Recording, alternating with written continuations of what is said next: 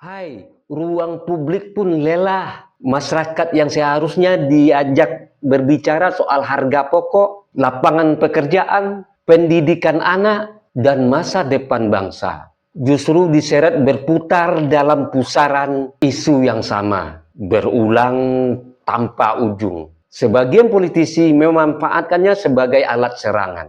Sebagian media selalu mengulirkan karena tahu kontroversi selalu menarik perhatian.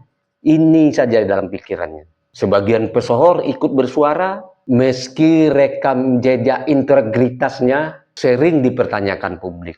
Akhirnya yang tumbuh bukanlah kejelasan, yang tumbuh adalah kebisingan, bising.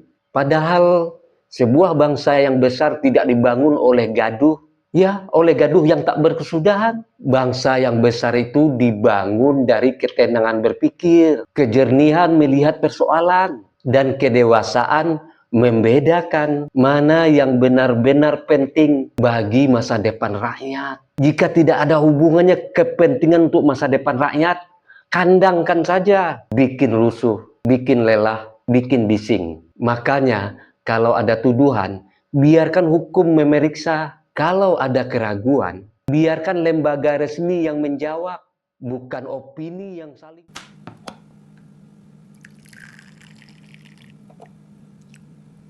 Sahabat ngopi dulu.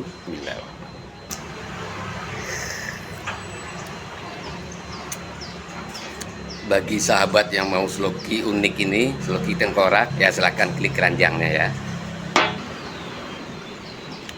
Sahabat bagi perokok tahu persis rasanya ketika dia mau menyalakan rokok di pinggir pantai atau di tanah lapang.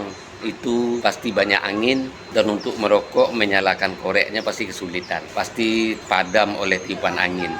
Tapi semuanya tidak akan terjadi lagi jika korek kita ini kapasitas gasnya besar dan apinya kuat, tidak akan padam ditiup angin. Jadi jika sahabat ingin korek seperti ini, cek di keranjang produk.